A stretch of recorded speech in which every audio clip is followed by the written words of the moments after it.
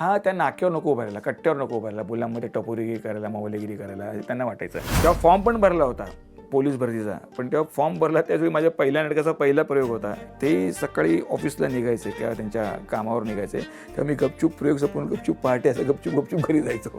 ढसाढसा रडलं होतं, आयुष्यात परत जॉब करायचं नाही. लग्नाच्या आदल्या तरी प्रयोग केला. लग्न झालं दुसऱ्या दिवशी मी सकाळी तालमीला होतो. मी माझ्या मुलीच्या बारशाला नव्हतो आणि तो प्रयोग ठरलेला होता, कॉन्ट्रॅक्ट होता. आणि मी अजूनपर्यंत सांगितलं ना, मी कुठला प्रयोग कॅन्सल नाही होता. म्हणजे थिएटरवर पेट्टे बोळे फेकले होते. मला एका नेत्याने खूप सांगितलं होतं, नाही रे आम्हाला इश्यू पाहिजे असतो, नको टेन्शन नाही. भावना चुकवल्या. तुम्ही तुमचं राजकारण होतो, पण त्यावेळी कित्येक तरुण लेखकांचा, तरुण दिग्दर्शकांचा, तरुण कलाकारांचा तुम्ही मुर्दा पाडता.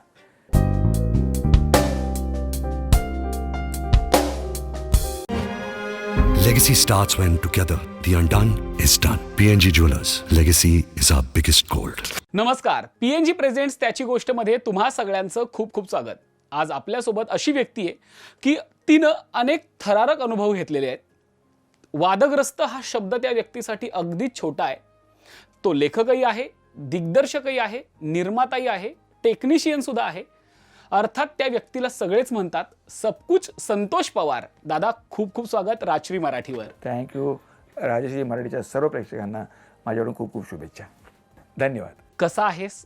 काय सुरू आहे सध्या? कसा चाललाय नाटकाचा प्रवास? मी नेहमी गमतेत म्हणतो, कोणी जे कसं आहे तसंच आहे.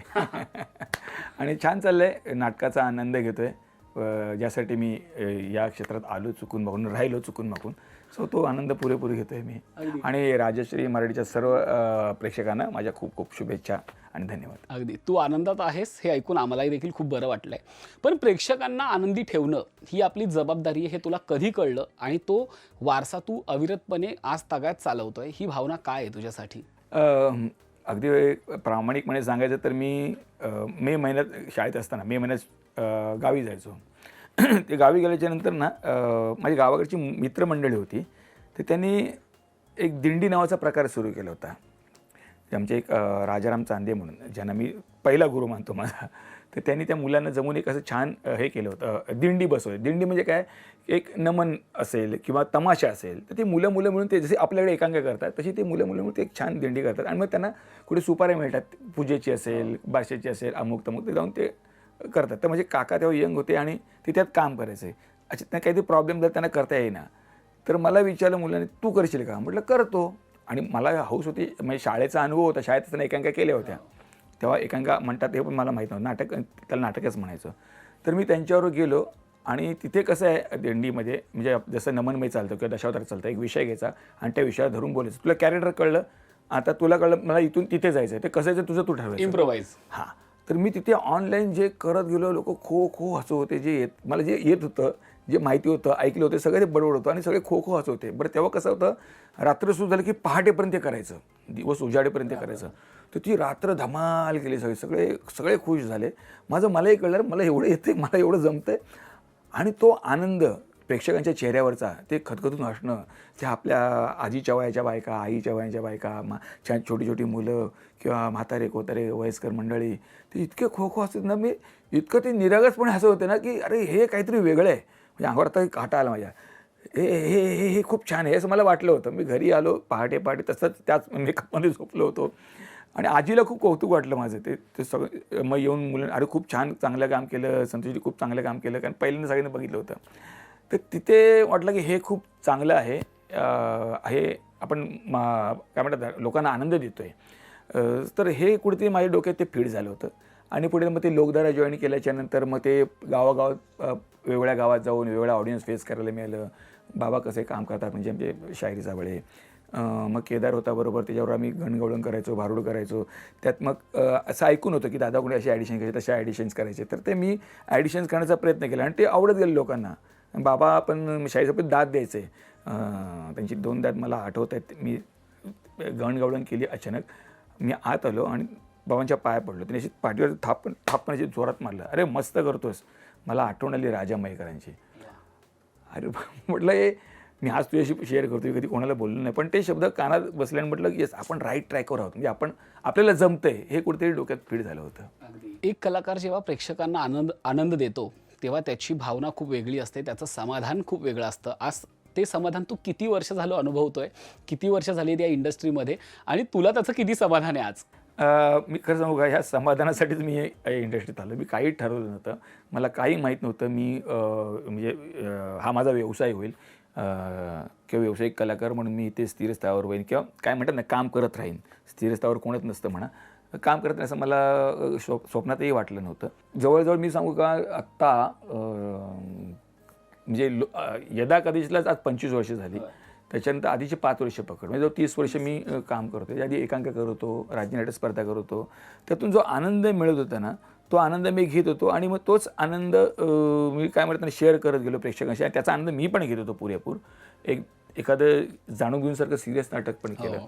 त्याच्यानंतर माझा बाप डोक्याला तापसारखं इमोशनल नाटक केलं. पण प्रेक्षक येऊन सांगायचं की नाही, तुझं नाटक आहे ना, आम्हाला ते हसायचं आहे, आम्हाला हसायचं आहे. आणि त्यामुळे निर्मात्यांचंही तो हे पडलं की नाही, ह्याला द्यायचं म्हणजे कॉमेडीच करायला देवी आपण. त्यामुळे जी काही नाटकं मी थोडीशी आउट ऑफ ट्रॅक जाऊन केली, म्हणजे संगीत सौभद्र केलं, त्याच्यानंतर मी संत तुकाराम केलं. ही नाटकं तेवढी प्रेक्षकांपर्यंत पोचली नाही जेवढी ही कॉमेडी नाटकं पोचली. पण मला जास्त सॅटिस्फॅक्शन त्या नाटकातून मिळालं ॲज अ डिरेक्टर म्हणून, की ती नाटकं करताना मजा आली. पण आनंद घेतोय, त्याच्या मनात असेल तोपर्यंत घेत राहील. क्या बात आहे दादा. 30-35 वर्ष झालं तू या क्षेत्रात आहेस. मी जसं मगाशी म्हटलं की अनेक थरारक अनुभव तुला आलेले आहेत, त्या अनुभवापर्यंत मी येईनच. पण त्याच्या आधीसुद्धा संतोष पवारच्या बालपणात मला जायचं आहे. कारण आपल्या आयुष्यातले हे मुद्दे सगळ्यांनाच माहीत असतात किंवा ते जगजाहीर असतात काही गोष्टी. पण हे कुठून तरी उपजलेलं असतं, निपजलेलं असतं, आपल्या झिरपलेलं असतं. ते असतं आपलं बालपण. मला तुझं बालपण कुठलं आहे, कसं होतं बालपण? तेव्हाही असाच अवली होतास का, खट्याळ होतास का, कसा होतास लहानपणी? होतो खट्याळ मी, नाही असं नाही, पण एका लिमिटमध्ये होतो. म्हणजे मी पोलीस लाईनमध्ये राहायचो. गिरगावातील खेतवाडीतील गोरागांधी चाळ ही आमची चाळ. तेव्हा नाक्यावर कट्ट्यावर, तेव्हा कट्टाच फेमस होता ना, की मुलांची जमाई जाग उठली तर कट्टा. तिथे टाईमपास करताना दुनियादारी बरीच कळली. म्हणजे काय म्हणतात ना, की काय केलं की प्रेक्षक असतात किंवा काही लोक आपल्या आजूचे असतात, मस्करी केले असतात.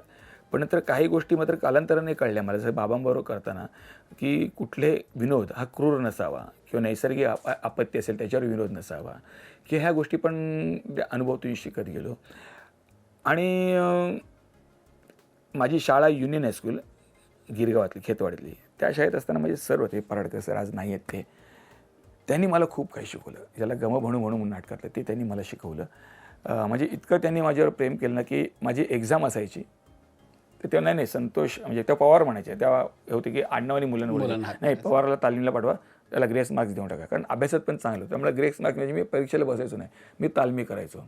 त्यांनी मला तर त्यांच्या मार्गदर्शनाखाली मला कळलं की रिडिंग काय असतं, नाटक उभं कसं राहायचं, काय म्हणतात ना, की त्यांनी एक कॉन्फिडन्स नाटकाची कॉन्फिडन्स दिला मला, की मला अजूनही आठवतं आमचे एक वळसे सर होते, ते एक दिवस ते सरांना म्हणाले, वळसे सर मी सांगतो ना, पवार मोठेपणे नाटकात जाणार.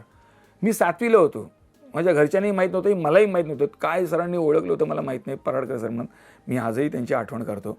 आणि त्या युनियन हायस्कूलमधून त्याला फार मोठी परंपरा आहे. म्हणजे मास्टेलकरांसारखे शास्त्रज्ञ त्या शाळेत होऊन गेले, शास्त्रज्ञ त्या शाळेत शिकले.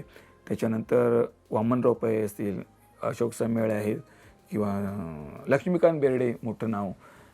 आणि तेव्हा ना गॅदरिंगमध्ये ना एकांकिका व्हायच्या, त्याला नाटुकला म्हणा, पण एकांकिका हा शब्द नंतर आला, नाटुकला. तर ती व्हायची ना, ते त्यात मला काम करावं असं खूप वाटायचं.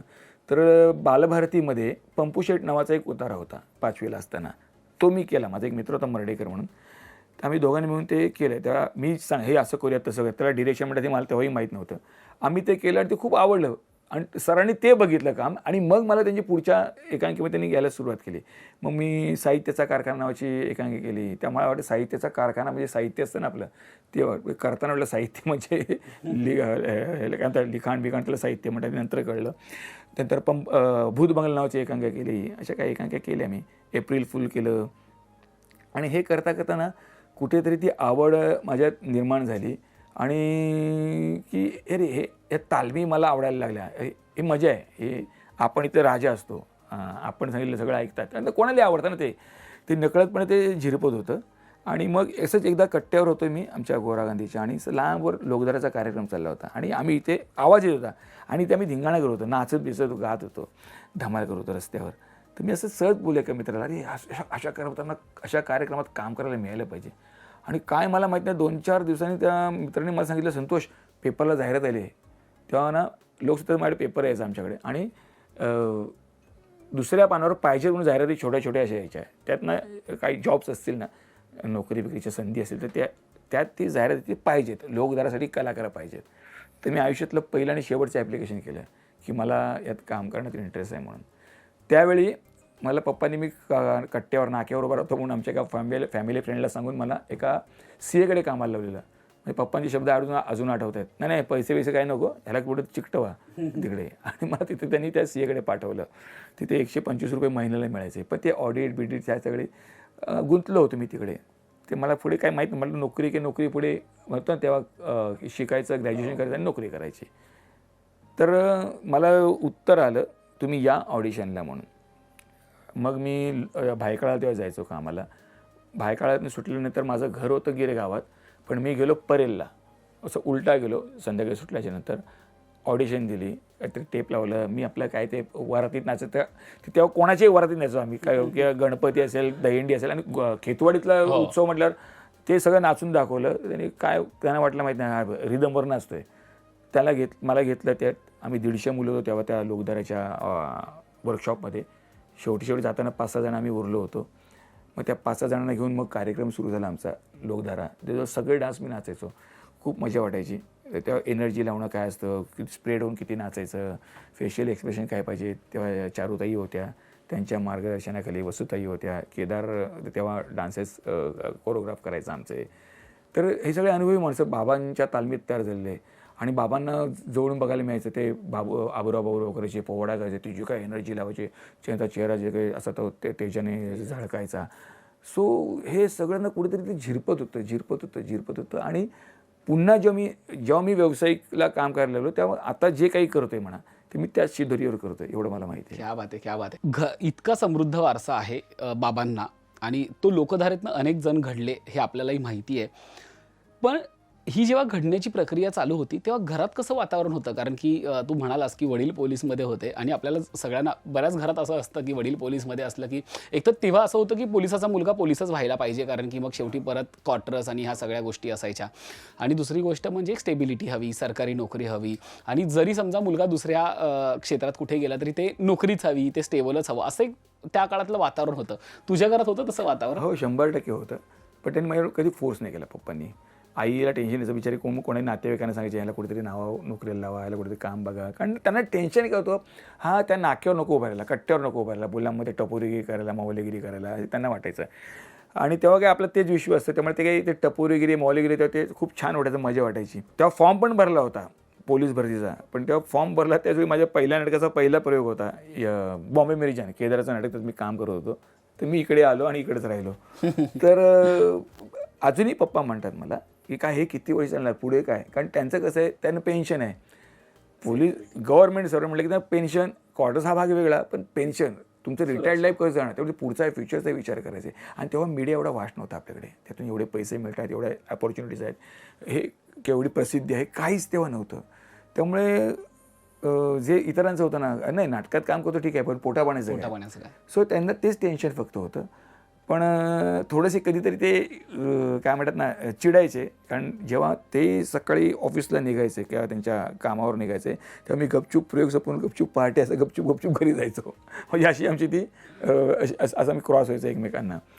त्यामुळे ते काय मला त्याचं काही फार वाटलं नाही, का मी त्यांना समजून घेत होतो की नाही त्यांचं अगदी बरोबर आहे. पण माझं ना काय ते मन रमत नव्हतं जॉबमध्ये, पण मी जॉब करत होतो, मी जॉब सांभाळून हे करायचो. एके दिवशी मग जिथे कामाला होते त्यांनी सांगितलं नाही आता आपण पुढच्या महिन्यापासून हे बंद करतो ऑफिस. दिवशी रडासा रडलो अक्षरशः, कारण तेव्हा मी ठरवलं की आता आपण छान जॉब करूया मस्तपैकी, बाकी काय करूया नको, आणि जे काही पैसे मिळतील पगार मिळतील आपण आता घरी देत जाऊया वगैरे, असं मी सगळं ठरवलं. आणि काही दिवसात मला हे कळलं की तो ऑफिस बंद होतं आहे. त्याची ढसाढसा रडलो, तर आयुष्यात परत जॉब करायचं नाही हे तेव्हा ठरवलं मनोमन. आणि इकडे आलो तर इकडेच राहिलो. पण ते प्रत्येक मध्यमवर्गीय माणसाच्या मुलांच्या घरात जे असतं वातावरण तसंच वातावरण होतं, त्यात काही लपवण्यासारखं काही नव्हतं. पण त्यांनी मला फोर्स पण नाही केला, की असं होतं ना की मुलं घर सोडून जातो आणि मग त्या करिअर करायला बघतो, असं काही नव्हतं. आणि विरोधही नाही केला नाही, तितकासा. विरोधही नाही केला. पण आज त्यांच्या डोळ्यात समाधान, म्हणजे तू त्यांच्या डोळ्यात समाधान पाहिलेस का, की इतकी वर्ष आज तू काम करतोय, पुरस्कार मिळवलेले आहेत, सगळ्यांना माहिती आहे संतोष पवार काय आहे, कोण आहे, आज त्यांच्या डोळ्यात समाधान दिसतं का? समाधान दिसतं, पण त्याला त्यांचं टेन्शन पण दिसतं, तो पुढे काय. कारण ना मी त्यांना किती म्हटलं, अहो आता इन्व्हेस्टमेंट हा नावाचा प्रकार आहे आपल्याकडे, तुम्ही काही टेन्शन घेऊ नका, आपण सगळं व्यवस्थित केलेलं आहे. पण हां ठीक आहे ठीक आहे ठीक आहे ठीक आहे असं ते असतं. पण ते कारण त्यांना ते कसं आहे, त्यांनी कधी बँकेत खातं पण त्यांचं नव्हतं. जेव्हा ते रिटायर्ड झाले, आता पेन्शन बँकेत येणार म्हणून त्यांनी बँकेत खातं काढलं. आतापर्यंत सगळं ते फक्त भाऊ बहिणींचं करत बसले, म्हणजे करायला शेवटी मोठे भाऊ होते, करायला पाहिजे होतं. त्यामुळे ना त्यांना तेच फक्त लाईफ माहिती होतं, की जबाबदाऱ्या कशा पार पाडायच्या. गावचं घर बघायचं, गावाकडे आई होते, बाबा होते, त्यांचे भाऊ होते, बहिणीची लग्न करून दिली, भावांची लग्न करून दिली, भावांना कामाला लावलं. तर त्यांना वाटायचं की हे आपल्या मुलांनी पण हेच सगळ्या जबाबदाऱ्या कराव्या, फॅमिली सगळी सांभाळून राहावी, असं सगळं त्यांना वाटायचं. पण त्यांना ते समजवतो, आता थोडं ते नाही म्हटलं तर रिलॅक्स असतात, पण तरी ते टेन्शन असतंच त्यांना. पण तू नोकरी किती वर्ष केली साधारण? मी आधी CAकडे होतो जवळ 2 वर्ष. त्याच्यानंतर आमची एक कंपनी होती, क्लायंट होते आमचे, हिंद प्रिंटिंग प्रेस म्हणून. मग त्यांच्याकडे मी अकाउंट डिपार्टमेंटला होतो. ते 1-1.5 वर्ष केलं असेल काहीतरी. पण नंतर ते थांबलंच. नंतर पुन्हा जॉब नाही केलं कधी. आणि मग पहिलं व्यावसायिकचं मानधन कुठलं होतं, की पहिलं व्यावसायिक नाटक आणि त्याचं मानधन किती होतं? पहिलं व्यावसायिक नाटक मी बॉम्बे मेरी जान ॲज अ ॲक्टर काम केलं होतं. ॲक्च्युली बॉम्बे मेरी जान ही एकांकिका होती. त्या केदारवर मी केदारला मदत करायला जायचो. त्यात म्हणजे मला जे काही कळायला लागलं, डिरेक्शन मी करू शकतो, तर केदारचा फार मोठा वाटा आहे. कारण तो नसताना तुम्हाला सांगायचं, संतोष जरा हा सीन करून घे, तो सीन करून घे. तर मी ते करायचो आणि मग सगळे हसायचे. मग केदारला पण ते आवडायचं. तर मला कळायचं आपण राईट ट्रॅकवर आहोत. आणि केदार पण विश्वास ठेवायचा. किती वेळा आम्ही एकांकिकेला गेलो आहे, म्हणजे आम्ही रिहर्सल पण नाही करायचो. संतोष चल एकांकिका करायची, आम्ही जाऊन डायरेक्ट ऑन स्टेज करायचो एकांकिका. एकदा तर आम्ही आबास किबास नावाची एकांकिका करायला सुरुवात केली. ती ॲक्च्युली अरुण कदम आणि भरत जाधव करायचे. दोघेही अवेलेबल नव्हते आणि मोठी स्पर्धा होती, मला वाटतं संगमनेरला. संतोष नाही, औरंगाबादला आधी होती. मला म्हणायचं चल आपण जाऊया. त्यांनी गाडी बुक केली, आम्ही डायरेक्ट गेलो. त्या 2 दूत असायचे बाकी यमदूत, तर ते आम्ही काउंट टाकले. केदार म्हटलं ते काउंट टाक. आम्ही गणेश रवडेकरला बरोबर घेऊन गेलो. तो माईकवर एक दूतांची डायलॉग बोलायचा आणि आम्ही इमेजिन करून सगळं ते करायचो आणि डायरेक्ट ऑन स्पॉट आम्ही केली एकांकिका पहिली आली आमची. क्या बात आहे. तर मी निघालो, म्हटलं केदार तू एवढी रिस्क कशी घेतलीस, म्हणजे पैसे तो पण बिचारा काही करत नव्हता. त्यांनी कर्ज काढून पैसे घेतले, गाडी ठरवली, आम्ही गेलो होतो. तर मला असं म्हटलं, अरे माझ्याकडे काय रेसचा घोडा होता असं नाही म्हटलं. अरे हा एवढा विश्वास ठेवते आपलं, म्हणजे माझाही विश्वास नव्हता, म्हणजे आपण काहीतरी करू शकतो वाटलं. पण बाकी मग केदार आणि अरुण कदम असेल मी फक्त सेट करायचो, सेटिंगचे कामं म्हण, मेकअप म्हण, या गोष्टी मी करायचो. आणि त्यानंतर आम्ही संगमनेरला गेलो. तर संगमनेरला सेम एकांकिका करताना म्युझिकच बंद पडलं, ते चालायचं ना. आणि त्यात बरीचशी गाणी होती, त्या गाण्यावर आम्ही इम्प्रोव्हाइज करायचो, म्हणजे मायमिंग करायचो. पण ते म्हणजे स्पर्धेचा शो ते बंद पडलं. आम्हाला एक म्हणजे डोळ्यात कळलं आणि आम्ही ते डायरेक्ट ते गाणं डायलॉग बोलत करायला सुरुवात केली. कुठेही ओव्हरलॅपिंग नाही, एकमेकांना क्यू देत ते गाणं परफेक्ट, त्या गाण्यात जे काही कॉन्टेंट होतं ते सगळं बोलत, जशी काही ती लेखकाची वाक्य असं करत करत आम्ही ते केलं. एकांकिका पहिली आली. तिथे जाणवलं की यार आपलं जमतं, यार आपण केलेलं म्हणजे काय म्हणतात, लोकांना कळतंय, लोकांना आवडतंय आणि आपण म्हणतो ना की राईट ट्रॅकवर आहोत, हे कुठेतरी माझ्या डोक्यात ते फीड होत गेलं आणि मग तो आत्मविश्वास पुढे कामाला आला. वा. पण केदार सरांची आणि तुझी मैत्री जी होती ती कॉलेजपासून होती की लोकधारेमुळे? नाही, लोकधारेमुळे आमची मैत्री झाली. लोकधारेमुळे मैत्री झाली आणि मग मला इव्हन एकांकिका स्पर्धा असतात हे पण त्याच्यामुळे कळलं. मला बोलतं समजा एकांकिका बघायला त्याचं म्हटलं कुठलं एकांकिका, अरे इंटर कॉलेजिएट एकांकिका, मला खरंच माहीत नव्हतं, मी पासआउट झालो होतो. मग मी गेलो बघायला आणि म्हटलं हे अरे बापरे INTच्या स्पर्धा, हे असं असतं सगळं, हे करायला करायला जमलं पाहिजे यार म्हटलं. आणि मग तुम्हाला म्हणाल की आपल्याला एकांकिका करायची आहे गोखले कॉलेजची, मग त्याला मी मदत करायचो, असिस्ट करायचो. त्याच्यानंतर पुढच्या वर्षी नेक्स्ट इयर मला माझे काही मित्र म्हणाले, अशी ओळखी झाल्या होत्या की आंबेडकर कॉलेजची एकांकिका होती, आमची एकांकिका करायची का, मला काही संधीच पाहिजे होती. पैसे त्या हा भाग आलीदा होता, तेव्हा एकांकिकेला पैसे पण नाही मिळायचे. आता खूप पैसे मिळतात एकांकिका करणाऱ्यांना. तिथे मी अटेन्शन नावाची एकांकिका केली, लिहिली मी, मला जे सुचत होतं ते. आणि त्या एकांकिकेला लेखनाचं विशेष पारितोषिक मिळालं आणि ते देताना चंद्रकांत कुलकर्णी मला कानात बोलले होते, छान लिहितोच, लिहित राहा. सो ते शब्द माझ्या अजून कानात आहेत. आणि त्यानंतर यदाकथित केलं. यदाकथित करताना मी बाहेर आलो, समोर जयंत पवार सर होते. तर म्हटलं अरे तू छान झाली एकांकिका. आपल्याला म्हटलं सर मला एकांकिका द्या ना करायला, मला एकांकिका करायची आहे तुमची. तर तोपर्यंत कॉन्फिडन्स आला की आपण आता ह्यांना कळलं आपण काय करू शकतो, तर आपण एकांकिका मागू शकतो. तोपर्यंत मला भीती वाटायची कोणाकडे एकांकिका मागायला. तर कशाला पाहिजे एकांकिका, तू लिही, तू खूप छान लिहितोस. मग मीच लिहायला सुरुवात केली आणि ते आवडत गेलं. असं झालं सगळं. वा वा वा. या सगळ्या टप्प्यामध्ये प्रत्येक नटाला किंवा दिग्दर्शकाला हवं असतं ते यश. यश मिळालं असं कधी तुला वाटलं? मला यश मला नाही वाटलं असं कधी, अगदी फ्रँकली सांगतो. कारण यश काय तुम्ही मिळेल तेवढं कमी असतं. जिथे यश म्हणजे तुम्ही सॅटिस्फाईड जरी संपलात, हे माझ्या डोक्यात कुठेतरी फिट होतं. त्यामुळे कधीही ते डोक्यात गेलं नाही, माझ्या डोक्यात जाऊ दिलं नाही मी. आणि ना काय होतं, अगदी फ्रँकली स्पीकिंग जे माझ्याबरोबरची मुलं आहेत त्यांना सगळ्यांना माहिती आहे, मी जेव्हा नाटक करतो, एकांकिका करतो, तर यश कशात मोजता तुम्ही? एखाद्या पारितोषिकात. तुम्ही पारितोषिकांसाठी कधीच एकांकिका केल्या नाहीत, कधीच नाटकं केली नाहीत. माझा प्रेक्षक खुश झाला पाहिजे एवढं फक्त डोक्यात फिट केलं. यदाकथित नावाची एकांकिका मी केली INTला. इतका प्रतिसाद त्याला मिळाला, तसा प्रतिसाद नाटकाला पण नाही कधी मिळाला. आम्हाला एक सर्टिफिकेट मिळालं नाही, उत्तेजनार्थ सर्टिफिकेट पण सुद्धा मिळालं नव्हतं आम्हाला. सगळे असे बसून रडत होत्या, मुलं मुली सगळे ते नवीन होते. तुम्ही आपलं हसत असतो, ते सगळं त्या मुली चिडलं, काय सर तुम्ही हसताय काय, आपल्याला एवढी मेहनत केली नाही हे ते. तुम्ही म्हटलं अरे प्रेक्षक खुश झाले ना, प्रेक्षक खुश झाले, रिस्पॉन्स आपण बघितला ना, ह्याचे रिटर्न्स काय मिळतील बघा. हे मी खरंच बोललो होतो आणि मला माहीत नाही पुढे काय होईल, पण मला विश्वास माझ्या मेहनतीवर होता की माझ्या मेहनतीला फळ हे मिळणार. म्हणजे जरी मी माझ्या ते डायलॉग्स आहेत, एकांकिकेपासून डायलॉग होते की काय कर्माचं फळ मिळतं शेवटी, तोपर्यंत करायचं काय माणसं, नुसतं येण्यासाठी कर्म करत राहायचं. पण मला माहिती आहे तुम्ही मेहनत करा, कर्म करा, त्याचं फळ मिळतं. हा ते नंतर मिळतं, हा भाग वेगळा आहे. तोच प्रश्न मी फक्त त्या एकांकिकेत मांडला होता की नाटकात मांडला होता. पण हे एवढं खरं आहे की यश हे तुम्हाला मिळतं, पण त्या यशावर जर तुम्ही हे माझं यश आहे हे जर तुम्ही मान्य केलं, तेच जर गोंजारत बसलात तर पुढे काही तुमच्याकडून होत नाही. त्यामुळे आलं, छान एन्जॉय केलं, मी पुढच्या कामाला लागतो. त्यामुळे मी कधी कधी यशाची पार्टी करत नाही किंवा मला यश मिळालं यार बक्षीस मिळालं ते. आणि ते कसं असतं अगदी फ्रँक, 3 जणांना आवडतं, नॉट नेसेसरी सगळ्यांना आवडेल. माझा एक मित्र आहे, ते खूप छान उदाहरण सांगतो. माझा खूप जवळचा मित्र तो अलिबागचा, समीर चौगुले वेगळा येतो. तर तो एकदा मला ना, मी बाबूंचं नाटक करत होतो मच्छिंद्र कांबळेंचं, ते आला आणि म्हणाला संतोष पवार ना, हां तुमचं नाटक बघितलं मी, बरं मला नाही आवडलं. प्लीज ओके, तर तुम्हाला राग नाही आला? राग असला म्हटलं, मी प्रेक्षकांसमोर जातोय, नॉट इज 100च्या 100 जणांना आवडायला पाहिजे. 2 जणांना आवडेल, 98 जणांना आवडणार नाही, 98 जणांना आवडेल, 2 जणांना आवडत नाही, मला काही नाही आवडत. त्यांनी मला डायरेक्ट उठून मिठी मारली, मला हेच तुझी रिॲक्शन बघू नाही, मला नाटक आवडलं. तिकडे आम्ही खूप छान मित्र झालो. तर इवन मी दिवसातून रात्री नावाचं नाटक केलं होतं. मला केंकरे सर म्हणाले, त्यांनी नाटक पाहिलं, संतोष मला नाही आवडलं. म्हटलं it's okay sir, not necessary की म्हणजे तुम्हाला आवडायला पाहिजे. आणि मला हे आवडलं की तुम्ही मला स्पष्टपणे सांगितलं. पण जेव्हा नाटकाचे 1000 प्रयोग झाले ना, ते केंकरे स्वतः झाले, मला म्हणाले संतोष तू माझे शब्द मागे घेतो. कुठले? नाही ते मुलं नव्हतं ना, नाटक नाही आवडलं. अहो सर म्हटलं तसं काही नाही आहे. म्हटलं माझ्या वागण्यात फरक पडला का? हे तुमचं मत आहे, तुम्ही नाटक बघितलं आहे, तुम्हाला सांगण्याचा अधिकार मला कळू दे ना.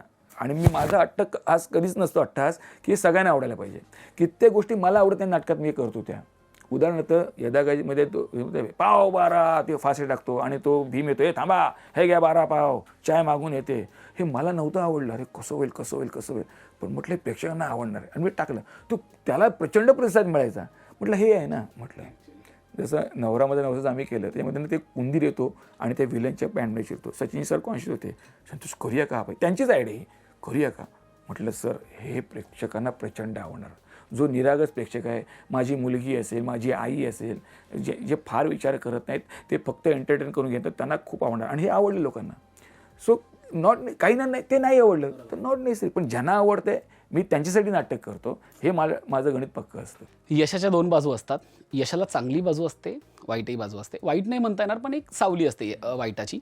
तसंच झालं यदाकदाचितच्या जशा काही चांगल्या गोष्टी झाल्या, तशाच यदाकदाचितमुळे थोडंसं ती प्रतिमा हे झाली का किंवा झाकोळली गेली का, की यदाकदाचित इतकं गाजलं की त्याचा बाकीच्या नाटकांवर परिणाम झाला, असं झालं का? नक्कीच. कारण यदाकदाचित नंतर मी नाटक ठरवून केलं जाणून बुजून. अक्षरशः अंगावर शहारे यायचे नाटक, माणसं ढसाढसा रडायचे. म्हणजे अशोक खंडे दादा नाटकाला आलेले परीक्षक म्हणून ते इंटरव्हलला आतमध्ये आले, मला बाजूला ढसाढसा रडले अक्षरशः. म्हटलं दादा काय झालं? अरे नाही, हे सगळं मी भोगलेलं आहे म्हणाले संतोष, हे सगळं भोगलेलं आहे. त्यांचे शब्द होते, फक्त माझं नशीब चांगलं, आईवडिलांची पुण्याई म्हणून मी राईट ट्रॅकवर आहे आता. तर हे असं मी पण वाहवत गेलो असतो. सचिन सर आणि सुप्रिया ताई आल्या होत्या परीक्षक म्हणून. मला हे सचिन सरांनी नंतर सांगितलं, सुप्रिया ताई इंटरव्हलला गेल्या, ते म्हणले संतोष तिला आवडलं नाही म्हणून नाही गेल्या, ते नाटक अंगावर आलं, त्रास झाला तिला. असे खूप अनुभव आहेत म्हणजे जाणूनबुजूंचे. कित्येक बायकाच्या यायच्या ढसाढसा रडायच्या. पण त्याचं झालं काय, यदाकधी इतकं हाईप झालेलं तेव्हा की त्याच्यात ते झाकोळलं गेलं. आणि मला त्या नाटकाला वेगळी ट्रीटमेंट द्यावी, कारण त्यात खूप असे डायलॉग्स येते. उदाहरणार्थ तो भाई येतो आणि त्या जग्याला म्हणतो, जग्या तुझा बाप गेला.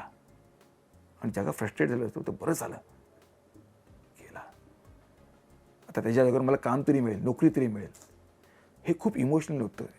पण तिथे प्रेक्षक हसायचे बरं झालं म्हटल्यावर, कारण हा यदागतीचा परिणाम होता. काय करू मी काय केलं, 2 टेप रेकॉर्ड लावायचं. एका मी पूर्ण म्युझिक असा नाटकभर ते म्युझिक वाजत राहायचं. आणि मग ते लोकांना त्यातला सिरियसनेस कळायचा. तर हा काय म्हणतात ना की हा त्रास मला झालाच. नाहीतर आज जाणूनबुजून यदागतीपेक्षा हाईप व्हायला पाहिजे होतं, हे मला माहिती आहे त्या नाटकाची ताकद पाहता. पण काय म्हणतात ना की जे होतं चांगल्यासाठी होतं ते स्वीकारायचं. त्यामुळे कॉमेडी नाटक हिट झालं आणि पुढे ती नाटकं मला करायला मिळाली. पण यदा कदाचितला जो त्रास झाला त्याचा तुला त्रास झाला का? हा त्रास झाला. कसं झालं की मला खूप काही सुचायचं, त्या सूचनेवर थोडी मला रिस्ट्रिक्शन्स, बंदी आणावी लागली. आणि फायदा पण असा झाला की म्हणजे लोक काही जण इतकी नॅरो माइंडेड आहेत, किंवा काही जण एवढ्याशा गोष्टीचं राजकारण करतात जे आपल्या ध्यानीमनी पण नसतं, त्याच्यावर पण राजकारण केलं जातं. हे मला कळलं, त्यामुळे थोडं मी अलर्ट झालो. माणसं कळली, आपल्या आजूबाजूची माणसं काय आहेत ती, कोण आपला शिडीसारखा वापर करतो आहे तेही कळलं. त्यामुळे यदागतीने खूप काही शिकवलं मला, दिलं खूप काही आणि शिकवलं खूप काही, मनस्ताप पण खूप दिला. पण it's a part of job किंवा पार्ट ऑफ करिअर समजून मी ते स्वीकारलं सगळं. त्या नाटकाने घडवलं असं म्हणता येईल खरं. हा, घडवलं. पण त्याचा काय म्हणतात, पहिली थिणगी कुठे पडली होती त्याची? 10वा प्रयोग होता आमचा यदाकदाचितचा. आणि मला कोण झाले की काहीतरी माणसं बाहेर आले तरी काहीतरी वाद घालतायत ते. तर मी बाहेर गेलो तर नाही तुम्ही हे केलं काय, त्यात तुम्ही श्रीकृष्ण आणला आहे वगैरे. मी त्यांना सांगण्याचा प्रयत्न केला, श्रीकृष्ण मी नाही आणला, तो आपल्या परंपरागत आलेला आहे. नमन नाट्यात येतो, लोकनाट्यात येतो, तमाशात येतो. आणि मी लहानपणापासून ते बघितलेलं आहे. त्याच श्रीकृष्णावर कमेंट्स करतात, मायबाप प्रेक्षक एन्जॉय करतात, दुसऱ्या दिवशी त्या श्रीकृष्णाची पूजा करतात. आणि ते कित्येक हजारो वर्षाची परंपरा आहे. आणि तरी लोक श्रीकृष्णाला देवच म्हणतात. कोणीही ते हे करून घेत नाही, दुखावून घेत नाही. तुम्ही असं का करता? पण ते ऐकायलाच कबूल नाहीत. आणि आम्ही काही ते सांगण्याच्या प्रयत्नात असताना ते स्टेजवर आले, त्यांनी काय म्हणतात ते मोडतोड केली, स्टेज धुडगूस घातला. आणि मी भांबवून गेलो. आपल्या ध्यानीमनी पण नाही या गोष्टी काही आपल्या. आणि माझ्या डोक्यात फक्त एकच होतं की माझ्या कोकणातलं ही नमनाची जी परंपरा आहे, हे नमन नाट्य आहे, हे व्यावसायिक रंगभूमीवर यायला पाहिजे. हे काहीतरी करणार, हे काहीतरी घडवणार. कारण एकांकीला प्रतिसाद मी बघितला होता. त्यामुळे ना ते खूप डिस्टर्ब झालो मी की अरे अशा गोष्टीवर पण राजकारण होतं. आणि मग यांना भेट, त्यांना भेट, ह्या संस्थेला भेट, त्या संस्थेला भेट. ते आम्हाला धमकी द्यायचे, नाही हे जर बंद नाही झालं तर आम्ही रस्त्यावर उतरू, आम्ही पण तमाशे करू. अरे बापरे, म्हणजे मी अख्खा समाज बिघडवून टाकतो काय म्हटलं. समाजात मी दुही माजवते असं काहीतरी उगाच ते वाटायला लागलं. अशा अंगावर धाव द्यायचे प्रेक्षक. अरे थांबा, ऐकून घ्या काय म्हणणे तिथं ऐकून घ्या. तुम्ही बोला ना काय ते, तुम्हाला हे नको आहे का, ओके मी ते करतो. तुम्हाला हे नको का, मी ते करतो. असं करून 4,500 प्रयोग केले मी वाद नाही, मी त्यांना क्रॉस नाही केलं कधी. अच्छा तुम्हाला हे नको आहे ना, मी ते बदलतो. तुम्हाला ते नको आहे ना, मी ते बदलतो. त्यामुळे ना मला माझ्यातल्या लेखकाचा शोध लागला. माझ्यात जे स्किल आहे ना, हे नको तर आपण ते करू शकतो, ते नको तर ते करू शकतो. सरेंडर व्हायचं नाही, पण त्यांना क्रॉस पण करायचं नाही. मला माझी कलाकृती चालू ठेवायची, मला माझी कलाकृती जिवंत ठेवायची. ह्याचा जो शोध आहे, हे जे स्किल होतं ना, त्याचा शोध मला लागला त्यामुळे. म्हणूनच तू सबकुच संतोष पवार आहेस. कारण 10व्या प्रयोगाला लागलेलं गालबोट तू 4,500 प्रयोगापर्यंत ते ओढत नेलंस. त्याच्यात तू किती काय बदल केले असशील, तू किती त्याला घडवलं असशील. याचा सगळ्याचा उच्चांक कधी झाला की जेव्हा तुला वाटलं की नाही, आत्ता 4.5 प्रयोग झालेत, 4,500 प्रयोग झालेत आणि मला आता याच्या पुढे हे सहन होत नाही, अशी कुठली घटना होती की जी तुला जास्त जिवारी लागली आणि त्याच्यानंतर तू थांबायचं ठरवलं? अगदी प्रामाणिकपणे सांगायचं ना, मी त्या वादाला कधीच घाबरलो नाही.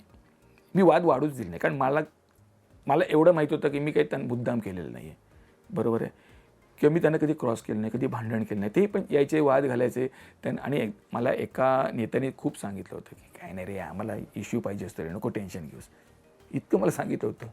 मी असं बघेल त्यांच्याकडे, तुम्हाला इश्यू पाहिजे, पण अरे आमचा जीव होतो ना, म्हणजे म्हणतो ना की उंदीर जातो जीवनाशी मांजराचा खेळ होतो, ती म्हण मला आठवली तिकडे. त्यामुळे मी ते नाटक चालू ठेवलं आणि मग हे नाही ते नाही ते नाही मला सुचत होतं, मी करत होतो.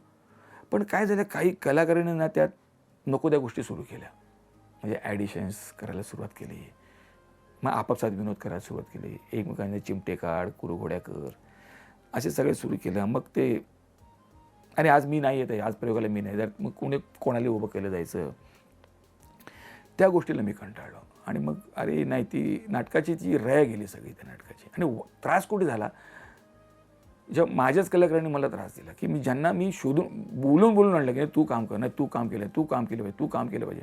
हे छान भट्टी, मला आवडणाऱ्या कलाकारांची भट्टी जमवली होती मी, माझ्या फेवरेट कलाकारांची. त्यातल्याच काही जणांनी हे सुरू केल्यानंतर मग माझी पाठ वळली. मी ना थिएटरमध्ये, आज कुठलं नाटक आहे यदा मी थिएटरच्या आवारात पण जायचो नाही, मला प्रचंड त्रास व्हायचा.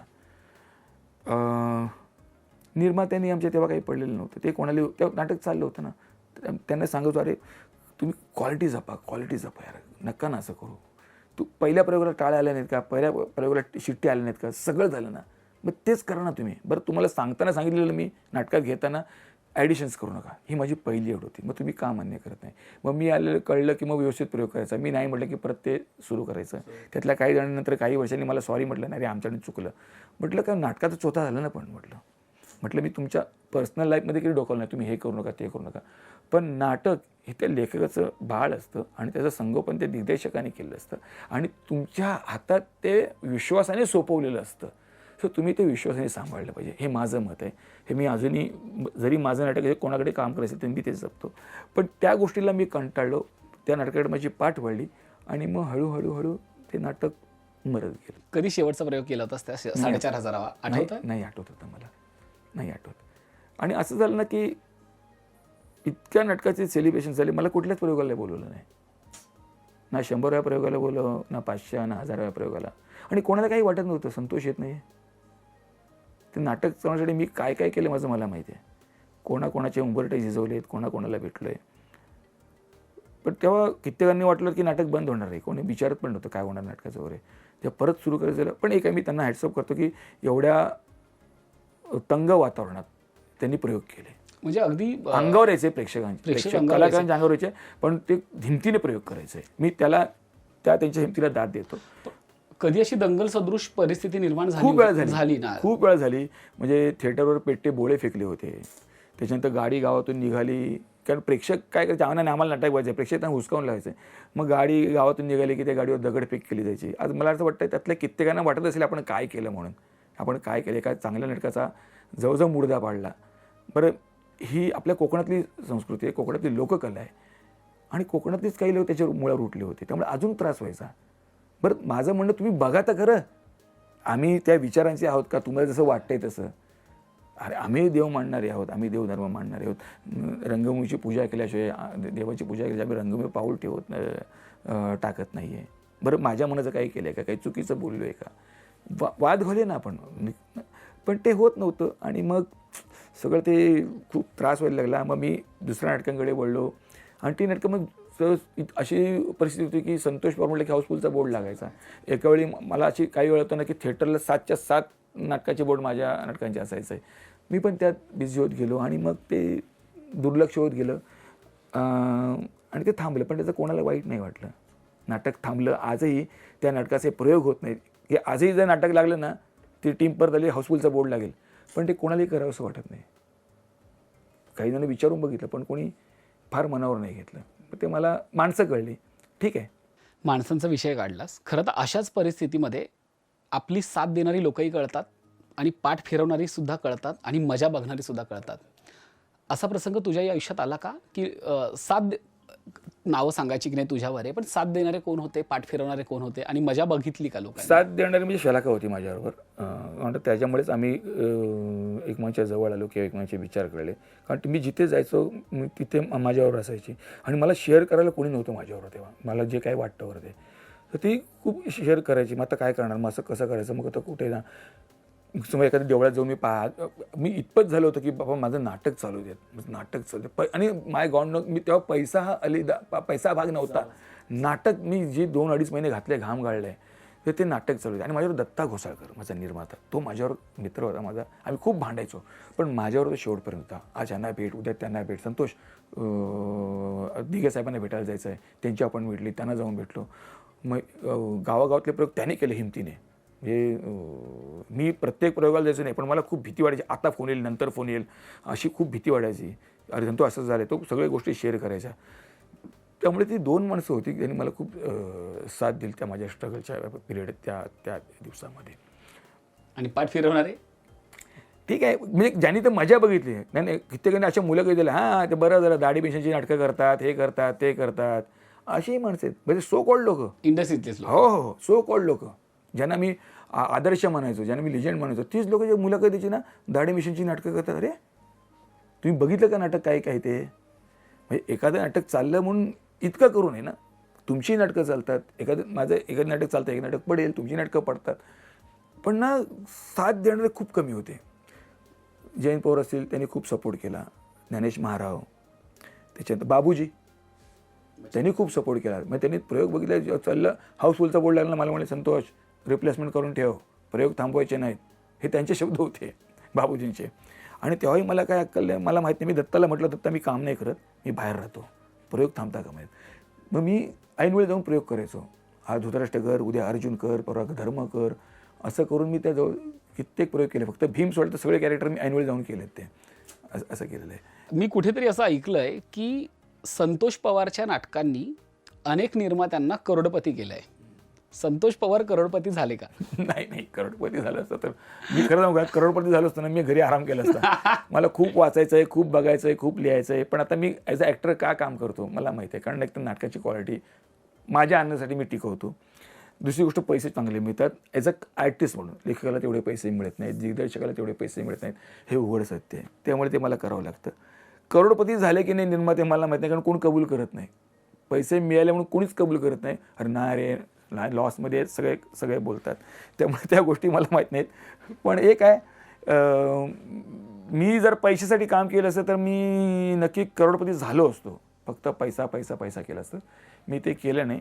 कधी तो माझा मूर्खपणा असेल इतरांच्या दृष्टीने, पण मी त्या प्रोसेसचा, त्या नाटकांचा, त्या तालमींचा किंवा ज्या काही गोष्टी मी इतर गोष्टी ॲज अ दिग्दर्शकाच्या बाहेर जाऊन करतो, त्या गोष्टींचा मी आनंद घेतला आणि घेतो. तू हार्डकोर नाटकवाला आहेस. तू सिनेमात फारसा रमला नाही किंवा नियतीने तशी साथ दिली नसेल. असं म्हणतात की नाटकवाल्याला घरदार नसतं, ते स्टेजच त्याचं घर असतं, तिथेच तो आईवडील शोधत असतो, कुटुंब शोधत असतो.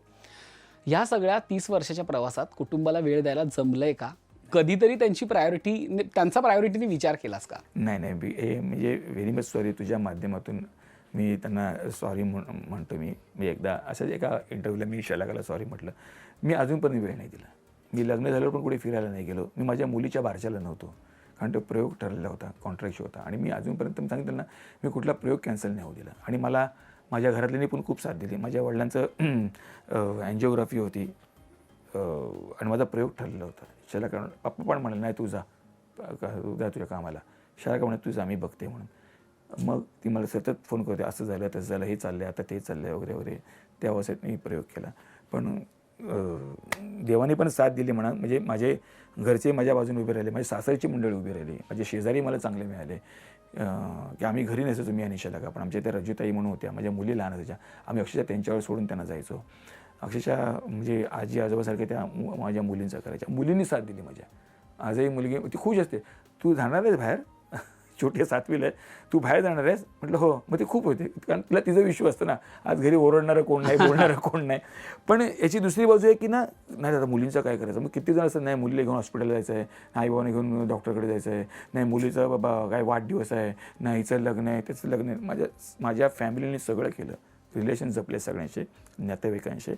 आणि मला काम करायला मोकळीक दिली, म्हणून मी हे एवढं करू शकलो. आता मी वेळात वेळ करून जाता, आता थोडं व्हॉईस आलं नाही, मी आज उद्या येत नाही, पण मी काम चालू ठेवतो. मी रेसल खंड पडून देते, पण मी त्यातल्या त्यात जाऊन गाडी बिडी स्वतःची आहे तेव्हा जाऊन ते लग्न अटेंड कर, कोणाचं काही बाहेरचं ते तेवढ्या गोष्टी मी करतो. शलाका मग माझ्या मी नसेल तर शलाका जाते अटेंड करते. पण ह्या काय म्हणतात ना गोष्टी मी केल्या, पण ती खंत राहील मला की मी आम्ही एकत्र फॅमिली अजून कधी फिरायला नाही गेलो. पण ती खंत राहील माझी. म्हणून म्हटलं ना, करोडपती झालो असतो ना मी, तर मी ह्या गोष्टी केल्या असत्या. मजा केली हां, पण आता नाटकात कसं आहे, रोज उठा रोज प्रयोग करा, म्हणजे डेली वेजेस सारखं आहे. पण पैसा हा भाग वेगळा आहे. पण मी कमिट केलेली असेल तारीख, तर मी अजूनपर्यंत पाळलेले की तारीख मी आज मी आता हा प्रयोग मी नाही करत, असं माझ्याकडून आत्तापर्यंत नाही झालं आहे. यदा कदाचितला एक प्रेमाची सुद्धा बाजू आहे, ते म्हणजे यदा कदाचितनी अनेक नाती जोडली, त्यातलंच तुझंही एक नातं आहे. मला यदा कदाचितची प्रेमाची बाजू ऐकायची तुझ्याकडनं, की काय घडलं होतं तेव्हा, कशी ही प्रेम जोडली, कशी माणसं जवळ आली, नाही, कोण कोण होतं त्याच्यामध्ये? बाकीच्यांचं मी सांगू शकत नाही, पण शलाका मी सांगितलं त्याप्रमाणे, कारण इतकं टेन्शनमध्ये मी होतो आणि माझं टेन्शन तिला कळत होतं. तर ती सतत, आणि तिचं व्हायचं काय की ती राहायची बदलापूरला, पण ती काकांकडे राहायची कुठे दादरला. आणि आम्ही गडकरी किंवा दादर हे दोनच ठिकाणं आमचे ना, म्हणजे म्हणतात ना आपले चुकला फकीर मशिदीमध्ये, तसं कलाकार कुठे जाणार थिएटरच्या आवारात. तर मला ते टेन्शन शेअर करता करता आम्ही एकमेकांच्या जवळ आलो, आणि काही नसताना आमच्याबद्दल बोलायला लागलं, बोललं जाऊ लागलं वगैरे वगैरे.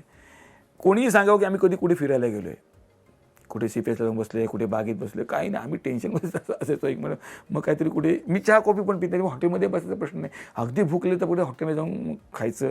आणि आम्ही प्रचंड भांडायचो.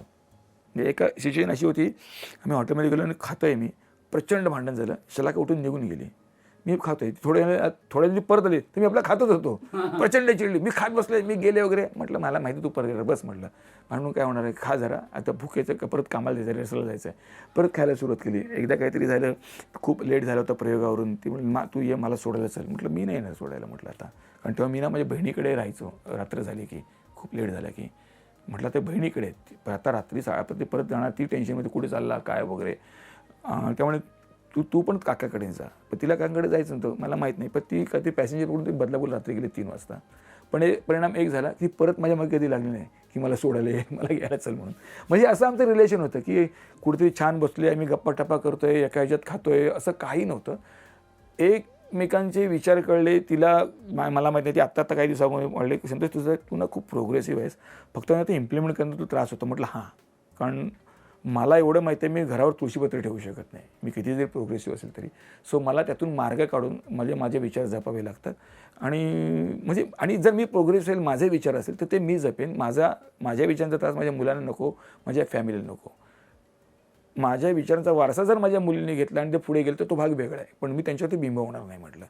सो त्यामुळे ना हीच प्रेमाची बाजू आहे की एकमेकांना समजून घेतलं, माझे विचार काय आहेत ते मला तिला कळत होते, आणि हा काय करणार आहे की बाकी गोष्टी तिला कळत होत्या की फक्त वर्कहोलिक आहे प्रचंड, हा तिचाच शब्द आहे, वर्कहोलिक आहे. त्यामुळे काही त्या गोष्टी तिला आवडल्या असतील. अगदी. शलाकाताई तुझं जग आहे खरं तर, कारण की आज ती सुद्धा तिच्या पद्धतीनं तिच्या अभिनयात ती काम करते आणि तिचे स्वतःची एक वेगळी ओळख निर्माण केली आहे. दुसरीकडे तुझं एक वेगळं विश्व आहे, तरी तुम्ही दोघं एकमेकांना समजून घेताय. आज तिच्यासाठी काय कन्फेस करशील तू? मी हेच म्हटल्याप्रमाणे मी वेळ नाही देऊ शकलो, पण मला तो विश्वास होता की ती मला समजून घेईल. की म्हणजे एकदा झालं, लग्नाच्या आदल्या रात्री आम्ही प्रयोग केला दोघांनी. लग्नाच्या आदल्या रात्री प्रयोग केला. लग्न झालं दुसऱ्या दिवशी आम्ही सकाळी तालमीला होतो. म्हणजे गाडी केली, मुंबादेवीला गेलो, तिकडनं म्हटलं तो घरी जा, ती गाडीने घरी गेली, मी तालमीला गेलो. इतकं तिने मला सांभाळलेलं आहे की अरे काय दुसरा दिवस आहे लग्नाचा आणि तू आपण आता फिरायला जाऊया ना, की मला हेच पाहिजे, ते कसलाच हट्ट नाही केला, अगदी फ्रँकली स्पीकिंग. त्यामुळे मी हे करू शकलो. कन्फेस असं केलं की मला माहिती आहे की मी नाही वेळ देऊ शकलो, मी नाही काही अशा प्रेमाच्या गिफ्ट दे किंवा काही सरप्राईज गिफ्ट दे, असं नाही करू शकलो, कारण मला माहिती आहे त्याची तुला हौस नाही, तू समजून घेशील की मी पण ह्या गोष्टी करत नाही, अपेक्षा करते की मला गिफ्ट दे, की काय म्हणतात ना, मी आल्यावर माझ्याकडे जेवायची थांब. मी जेव्हा दुसऱ्या दिवशी घरी गेलो, लेट गेलो, ते जेवायची थांबली होती. तिला म्हटलं तू जेवली नाहीस? नाही तू येतोयस ना. म्हटलं नाही जेवून घे, उपाशी राहशील म्हटलं, तू जर घरी असेल तर तू जेवून घ्यायचं म्हटलं. त्याच्यानंतर असं सुरू झालं, मी घरी आलो की टिंग टॉंग ती घडी काढते जाऊन झोपते. तिला कळायचं रुटीन आता येणार, काढून घेणार, पाहिजे तर गरम कर किंवा थंड तू जेव. कारण मी सांगितले तू जेवण घ्या, कारण तिला परत सकाळी 5 वाजता ती उठते. त्यामुळे ह्या गोष्टींना आम्ही काय म्हणतात ना, आम्ही अपेक्षा नाही केली एकमेकांकडून. त्यामुळे छान चाललं आहे. एकदा ती खूप नवीन होतं, भांडून माहेरी गेली. तिला वाटलं मी घ्यायला जाईन, मी गेलो नाही. कारण मला माहिती आहे मी एकदा घ्यायला गेलो की मला आयुष्यभर करावं लागेल. काही दिवसांनी ती परत आली, 2 दिवसांनी. तिची आई पण आली. तिची आई जरा रागवल्या, तू आला नाही घ्यायला. म्हटलं आई समजून घ्या, हे फील्ड असं आहे, आता चाललंय तोपर्यंत चाललंय. एकदा जर मी दुर्लक्षित झालं तर कोणी मला विचारणार नाही, एक लोक विसरले तर कोणी आठवणार नाही. म्हटलं आता खूप छान चाललंय. बरं मी कुठे फिरायला गेलो आहे का? नाही. मी कुठल्या पार्टी करतोय का? नाही. मी कामच करतोय ना. मग त्यांनाही त्या गोष्टी कळल्या. मग नंतर परत कधी अशी सिच्युएशन झाली नाही. तू पार्टीचा विषय काढलास. तू आणि शलाकाताई तुम्ही दोघेही कुठल्याच पार्टीला नसता, कधीच रेड कार्पेटवर नसता, कधीच कुठल्या सोहळ्यांमध्ये नसता. काय आवडत नाही? पार्टी आवडत नाही, मोठेपणा आवडत नाही? नाही नाही, असं काही नाही. प्रत्येकाची आवड निवड असते. कारण कोण त्याला मी डामाडोल म्हणणार नाही. काही नाही, आवडतं रेड कार्पेट. काही त्यांचं ते त्यांचं काय म्हणतात विश्वस्ती असतं, त्यात काही चुकीचं नाही. पण मला ना मी त्या पार्टीत नाही रमत. एक तर त्या पार्टीतून माझा काही उपयोग नसतो, कारण मी काही ड्रिंक्स करत नाही किंवा मी काही खायला मी बका खात नाही तिकडे. आणि रेड कार्पेट तर म्हणशील तर मला मी त्यासाठी आलोच नाही. मी म्हटलं ना, मी नकळत आलो, ॲक्सिडेंटली आलो आणि ॲक्सिडेंटली इथे राहिलो आहे. त्यामुळे काय लाईम लाईट्समध्ये येण्यासाठी मी धडपड केली आहे. नाही तर मी सगळं केलं असतं. मी स्क्रिप्ट लिहिली असती, मला फिल्म करायची आहे, मला हे करायचं आहे. मला कामं येत गेली, एकाला एक लागून मी ती कामं करत गेलो. शलाकाताई स्वभाव तोच आहे. त्यामुळे काय म्हणतात, हां तिथे असेल गाणलेलं ते नाचेन गाईन सगळं करेन थोडंसं. पण तिथे मी इव्हेंटला काही काम करत असेल, समजा मी काही लिहिलं असेल, डिरेक्ट केलं असेल, मी काम करायचं तर मी ते करतो आणि बॅक टू पॅव्हलियन निघतो परत. तिथे थांबून मी काय करणार आहे हा मला प्रश्न पडतो. त्यामुळे मी त्या गोष्टी करते. बरं इथे नाही, मी घरगुती पार्टीत पण नसतो. म्हणजे शलाकाच्या सख्ख्या भावाचं लग्न होतं, सख्ख्या मेवण्याचं. मी तालमीवरून गेलो होतो रिहर्सल लग्नाला.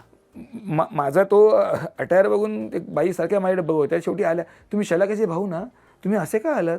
म्हटलं असे म्हणजे शलाकाचे मिस्टर. हां, शलाकाचे मिस्टर ना. म्हटलं हां, मग असे का आलात? म्हटलं असे म्हणजे नाही सूट बीट नाही घातला. म्हटलं आयुष्यात कधी सूट घातलं नाही. म्हटलं मी आता कुठे सूट घालून म्हटलं मी माझ्या कामावरून आलो आहे. म्हणजे ते असंही नाही कधी की मी माझ्या फॅमिली काही फंक्शन आहे आणि मी तिथे असं जातो. मी आहे तसं जातो, आहे तसं राहतो. मला ते खूप आवडतं. कारण ओढून ताडून ते मी कधी केलं नाही पहिल्या वर्षी, तर कशाला ओढून ताडून करा, हेच फक्त मत आहे. बाकी काय त्याला मला त्याची काही आवड नाही किंवा आवड आहे असं काही नाही. मी तुला जितकी वर्ष ओळखतोय, पाहतोय, मला तुझा एक स्वभाव चांगला माहिती आहे. तू होला हो सांगतो, नाहीला नाही सांगतो. मधला पर्याय तुझ्यासाठी कधीच नसतो. म्हणजे एखादी गोष्ट जमणार असेल तर तू सांगतो ही जमेल, नसेल जमणार तर नाही जमणार. हा जो सरळ स्वभाव आहे, स्ट्रेट फॉरवर्ड स्वभाव आहे, तो इंडस्ट्रीला आवडतो का? इंडस्ट्रीत मैत्री होते का आणि मित्र आहेत का?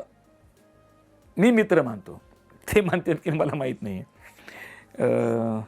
दुसरी गोष्ट अशी आहे, होला हो नाहीला नाही. कारण हो ते तर हो, नाहीला नाही का म्हणतो? कारण उगाच हो सांगायचं, मी कमिट करायचं आणि मग माझ्यामुळे कोणाचं नुकसान नको की माझ्यासाठी थांबलं आहे, माझी वाट बघतायत किंवा नाही संतोष करणार आहे, आपण थांबूया. नाही बाबा, हे नाही होणार मला. हो तर हो, ते हे इतकं स्ट्रेट फॉरवर्ड आहे. कारण कोणाचं नुकसान नको म्हणून. आणि मैत्री मी जी काही कलाकारांवर कामं केली ती मित्र म्हणून कामं केली. त्यांनी हा कधी विचार केला नाही की संतोष स्वतः काम करू शकतो, पण तो का नाही काम करत आहे, आपल्याला का काम दिलं, आपल्याला घेऊन का काम करतो, याचा विचार कोणी केला नाही. म्हणजे मी जर रेसल तुमची रिप्लेसमेंट जाऊन प्रयोग सांभाळत असेल, कोणी थँक्यू म्हणालं नाही, म्हणजे ग्रँटेड धरलं की नंतर जेव्हा एखादं नाटक करताना विचारल्यावर कोणी फार इंटरेस्ट दाखवला नाही. यू डोंट नो, म्हणजे मला कळलं नाही असं का झालं ते. म्हणजे मी ॲडिशन्स होतात, नको त्या गोष्टी होतात म्हणून मी चिडायचो, भांडायचो, बोलायचो. त्याचा जर त्यांना राग असेल तर मला माहीत नाही. पण मला वाटते मी कोणाच्या पर्सनल लाईफमध्ये कधी लुडबुड केली नाही.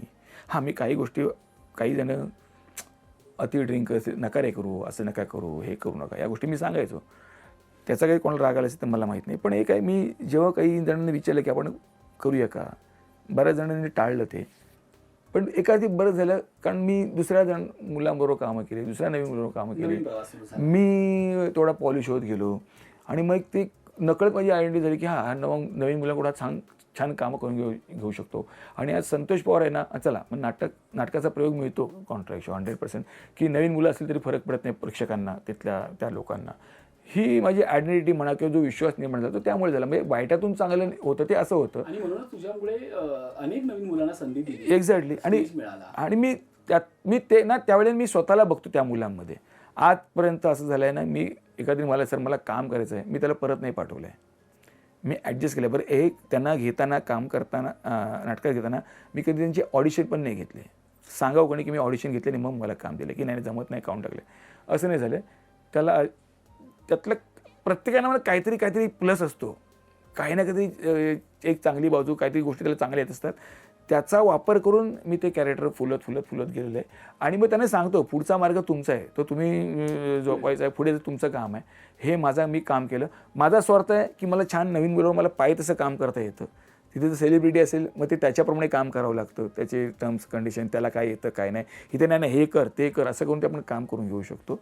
हा माझा स्वार्थ आहे. तुमचा स्वार्थ तुम्ही बघा. तुम्हाला एक छान तुमच्यावर विश्वास टाकला आहे, त्या विश्वासाला किती आपण सार्थ ठरवायचं याचा विचार तुम्ही करा आणि पुढे जा. Legacy starts when together the undone is done. PNG Jewelers. Legacy is our biggest gold.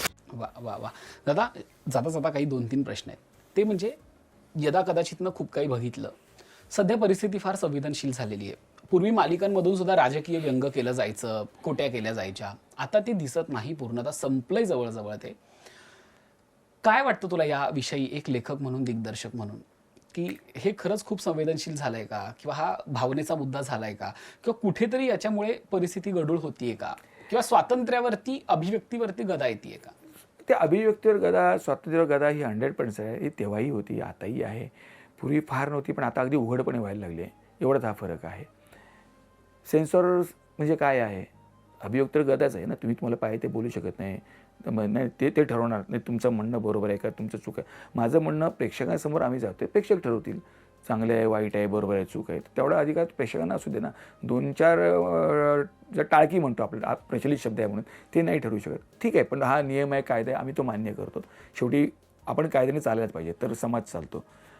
पण हे जे लगेच आमच्या भावना दुखवतात, मला शंका येते, खरंच भावना दुखवतात का? ते सिलेक्टिव्ह भावना असतात. त्याच वेळेला इतर गोष्टी तुमच्या आजूबाजूला घडतात. उदाहरणार्थ मी एवढंच त्यांना सांगेन, गणपती विसर्जनाच्या दिवशी दुसऱ्या दिवशी समुद्रावर जाऊन बघा. हिंमत तुमची. तुम्ही जर खरंच भावना जपणार असताना तुम्ही ते दृश्य डोळ्यांनी बघून दाखवायचं. खूप त्रास होतो बघितल्यावर. तर त्यावेळी त्यांच्या भावना दुखावत नाहीत. आणि नाटकात जर एखादा कॅरेक्टर काहीतरी बोलतं, दुखवतात. बरं तुम्हाला माहिती आहे, बरं आम्ही शेवटी माफी मागतो, यदागिरी मी शेवटी माफी मागतो, चुकलं असेल तर आम्हाला माफ करा. बरं काय सांगितलंय त्याचाही तुम्ही विचार करत नाही. भावना दुखवल्या. तुम्ही तुमचं राजकारण होतो, पण त्यावेळी कित्येक तरुण लेखकांचा, तरुण दिग्दर्शकांचा, तरुण कलाकारांचा तुम्ही मुर्दा पाडता. त्याच्यात तुम्हाला तुमची मुलं बाळं दिसली पाहिजेत, की ते पण उद्या कलाकार होऊ शकतात, कलाकार बनू शकतात. तुम्ही त्यांच्या बोलण्यावर पण बंदी आणू शकता. तुम्ही त्यांच्या विचारांना काय म्हणतात लगाम घालता. तुम्ही त्यांचे विचार, मग ती मुलं घाबरतील. त्यांना जर स्वतःची काहीतरी आयडेंटिटी, स्वतःची मुलं, त्यांची मुलं, की आपल्या मुलांना जर आपलं उद्या काही करावंसं वाटलं, काही क्रिएट करावंसं वाटलं, ती मुलं स्वतःला कोमेजून घेणार. त्याला धुमारेच फुटणार नाही, त्याला अंकुरच फुटून देणार नाही स्वतःला. याचा विचार का करत नाही तुम्ही? याच्यात कुठेतरी चहापेक्षा किटली गरम आहे असं वाटतं का तुला? 100% ते आहे. चहापेक्षा किटलीच गरम असते. कारण मला नेत्यांची भीती कधीच वाटली नाही, त्या कार्यकर्त्यांची भीती वाटते. ते का एवढे चौथातात? मला असं वाटतं ना की तुम्ही त्यांच्या आई वडिलांना शिवी दिली, त्यांना काही वाटणार नाही. नेत्यांना बोललं की त्यांना राग येतो. बरं नेत्यांना काय बोललोय, काय बोलतोय ते तर बघा. आम्ही काही शिवीगाळी केली आहे का? त्यांच्या पर्सनल गोष्टीवर बोलले का? त्यांचे जे काही निर्णय आहेत त्याच्यावर बोलतो आपण. बरं त्याच्या वेळेला त्या नेत्यांची कोणतरी जरी दुसरा नेता आलेला असतो ना, जेव्हा सरकार बदलतं, जेव्हा पक्ष बदलतो, त्यावेळी दुसऱ्या त्यांच्यावर पण तेवढंच बोललं जातं. याचा पहिला विचार तर करा. बरं दुसरी गोष्ट, हे बोलणारे त्याच विचारांचे आहेत का, विरोधी विचारांचे आहेत, हे तर बघा. आम्ही कलाकार म्हणून बोलतो, आम्ही कुठल्या एका विचाराला बांधील नाही. माझं स्पष्ट मत आहे, विचार हे बांधील नसावेत, तर त्याला विचार म्हणतो. विचार हे सतत बदलत राहणारे असावेत. हे चांगलं आहे, ते चांगलं आहे, ते चांगलं आहे, हे घेणारे विचार असतील तर ते होतं. पण आता काय झालं आहे, त्याच्यापुढून बऱ्याच जणांना तर नांगी टाकली, शरणागती पत्करली. त्यामुळे तर कुठेही बोलणं सोडलं. कारण काय होतं ना, पण ते बोलणं सोडलं हे कधी कधी असतं ते घाबरून बोलत नाही. कुठे मूर्खांच्या नादाला लागा, असं म्हणून बोलणं सोडलेलं कित्येकांनी. हे होतं, पण तो त्यांना त्यांचा विजय वाटतो, पण त्यांना तो विजय नसतो. बाळांनो, तुम्ही ना मी ते मगाशी म्हटल्याप्रमाणे कित्येक विचारांचा मुर्दा पाडता तुम्ही, आणि हे पाप आहे. हे पाप तुम्हाला नाही, पण तुमच्या मुलाबाळांना भोगावं लागेल असं मला वाटतं. ते लागू नये असं वाटत असेल तर विचार करा. विचार शाणे व्हा. तुम्हाला कोणी बोलत नाही, तुमच्या नेत्यानेही कोणी बोलत नाही, त्यांचे काही निर्णय असतात, पण त्याच्यावर बोललं जातं. पण कारण ते निर्णय कलाकार म्हणून, एक नागरिक म्हणून आम्हालाही त्रासदायक असतात. आम्हालाही त्याचं काय म्हणा, त्याचे परिणाम आपल्याला भोगावे लागतात. म्हणून आपण बोलतो. जसं चहाच्या टपरीवर बोलतो, पानाच्या गादीवर बोलतो, किंवा आपण ऑफिसमध्ये बोलतो, कॅन्टीन, तसंच आपण स्टेजवर बोलतो. फक्त ते छान मनोरंजन बोलतो, हसता हसता लोकांना आपण अंतर्मुख करायला होतो. पण त्याही गोष्टीचा त्यांना त्रास होतो. का त्रास होतो ते त्यांना माहिती आहे. फक्त मी हात जोडून विनंती करेन, पुन्हा एकदा विचार करा, परत विचार करा, आणि शोध घ्या की हे खरोखर मनापासून बोलत आहेत का, हे कोणी विरोधी पक्षाचे आहेत का, विरोधी पार्टीचे आहेत का, ह्यांना कोणी सुपारी दिली आहे का तुमच्या भाषेत हे बोलण्याची, ह्याचा पहिला शोध घ्या, आणि मग तुम्ही विरोध करा ना. विरोधाला विरोध व्हायला पाहिजे, पण तो कायद्याने व्हावा, एवढंच माझं मत आहे. काय कनेक्शन आहे स्वामींसोबत? काय आहे ती भक्ती, काय आहे ती ओढ? ती केदारदादापासून म्हणजे अनेक कलाकारांच्या घडे, ते अनेक कलाकारांच्या मनात ती भावना आहे, ती भक्ती आहे, ती तुझ्याकडे आहे. नाही, मी देव मानतो, आणि मी हे अगदी कुठेही, म्हणजे मी अनिच्या एका सभेला बोललो, तिथेही पण मी बोलतो, मी देव मानतो. मी सुरुवातच तिकडनं केली. मग तुम्ही त्याला विज्ञान म्हणा, तुम्ही त्याला निसर्ग म्हणा, त्याला कला म्हणा, हे सुपर पॉवर म्हणा, काही म्हणा, पण मी देव मानतो. आणि मला एवढं माहिती आहे, हे जे रचणारा कोणीतरी आहे, ती सुपर पॉवर असेल. मग तुम्ही स्वामी समर्थ म्हणा, साईबाबा म्हणा, गणपती म्हणा, काही असेल. आता स्वामी समर्थ मी सांगतो कसं आहे की ते हीच केली फॅमिलीची गंमत, म्हणजे का आलं ते, त्यात एक छान पण आहे. त्याची कल्पना काय आहे, एक भाऊ आहे, तो बोलू शकत नाही 2 शब्दाच्या वर. एक आहे, त्याला फक्त दिवसा दिसतं, सध्या 7 दिसत नाही. तिसरा आहे, तो ठारा, त्याला ऐकूच येत नाही आहे. आणि एक वहिनी आहे, ती नॉर्मल आहे, पण सगळ्यांची गाड मारते, तिच्या तोंडाला फेस येतो. समोरच्या घरात एक फॅमिली आहे, त्या मुलीला संध्याकाळचंच दिसतं, फक्त दिवसा दिसत नाही आहे. दुसरा तिचा बाबा आहे, तो पावला गोष्टी विसरतो, म्हणजे स्वतःच्या बायकोला विसरतो, मुलीला पण विसरतो. आणि तिची बायको आहे, तिची बिचारी त्यांची गाठ मारताना, त्यांना सांभाळताना तारांबळ उडते. तर याच्यामध्ये ते खाणाखुणा करणारे जेव्हा बोलतात ना, जेव्हा ती ते बोलायला येते की माझा आपल्या घरी हा प्रॉब्लेम आहे, तर त्यांना सांगून टाकते, उद्या मला, म्हणजे आपण कोणाला फसवून लग्न केलं असं नको व्हायला. कारण त्या रातांधळा आणि दिवसा आंधळा अशा दोघांची ती गाठ मारण्याचे दोन्ही फॅमिली प्रयत्न करतात, पण ते सगळ्यांची व्यंग त्यांनी लपवलेली असतात.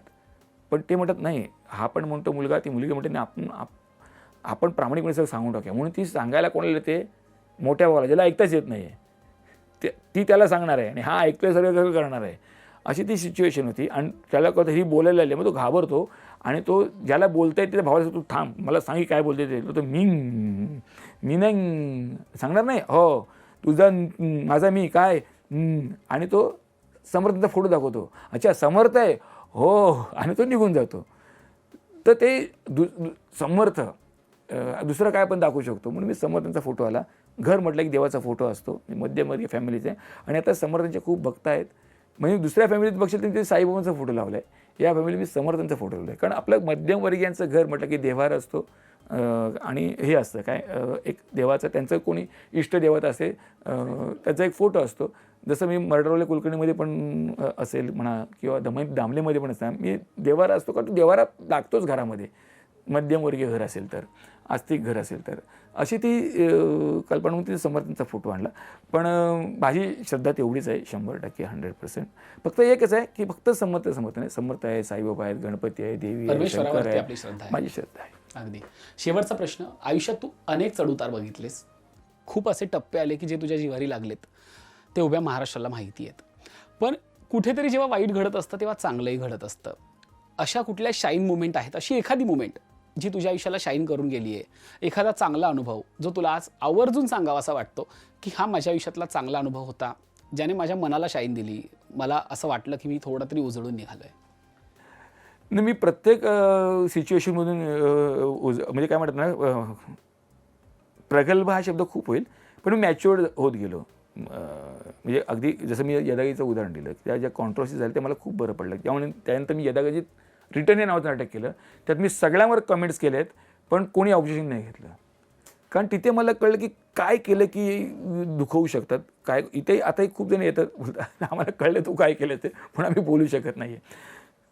मला एक कळलं की कोणाची बाजू घ्यायची नाही आपल्याला, ही मॅच्युरिटी माझ्या आली.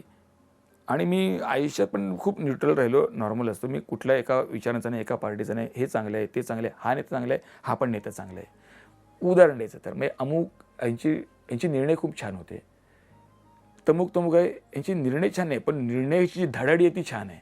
तर हे जर एकत्र राहायचं किती मस्त झालं असतं आपल्या देशाला, असं ते डोक्यात आपल्या येतं. सो ह्या विचारांचा मी आहे.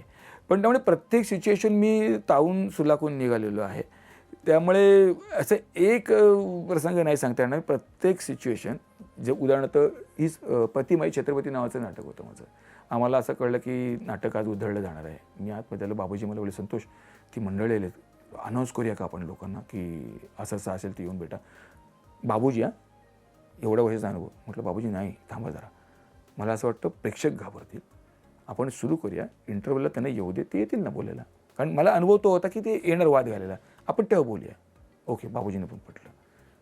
पडदा बंद होता, मी समोर बसले, बोरिवलीचा प्रयोग, पडदा असं उघडतो आणि समोर श्रीकृष्णाच्या त्यांचा जो कुलदैवत असतो श्रीकृष्ण, तो रेखांशी बोलतो. पण तो काय बोलतो हे पण लोकांनी ऐकलं नाही. आणि हर हर महादेवर सुरू केलं आणि अशी गवतातून मावळे उठतात ना तसे धड धड धड धड धड धड स्टेजवर धावत गेले.